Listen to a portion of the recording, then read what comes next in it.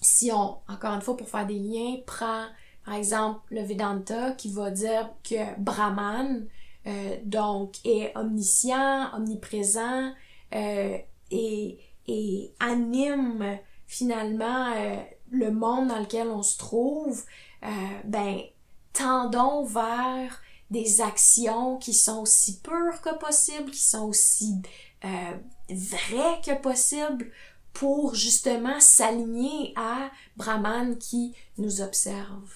Prakriti, donc cette nature, le monde sensible, non-être. Donc c'est des mots qu'on va souvent entendre pour expliquer Prakriti.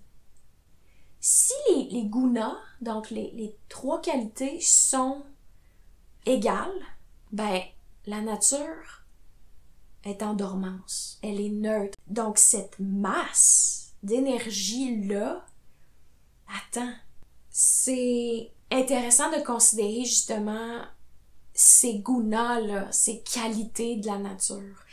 Ce sont comme trois fils.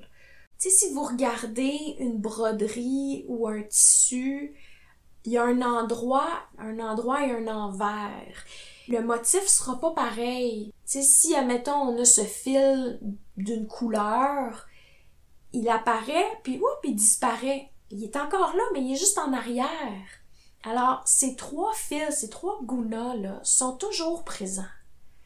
Ils demeurent de la même façon que la broderie, si on le regarde à l'envers, les fils sont tous là. Il va y avoir des mouvances, donc certains vont être dominants, et quand il y en a un qui est dominant, ben à ce moment-là, les autres sont présents pour soutenir, de la même façon que l'envers soutient l'endroit.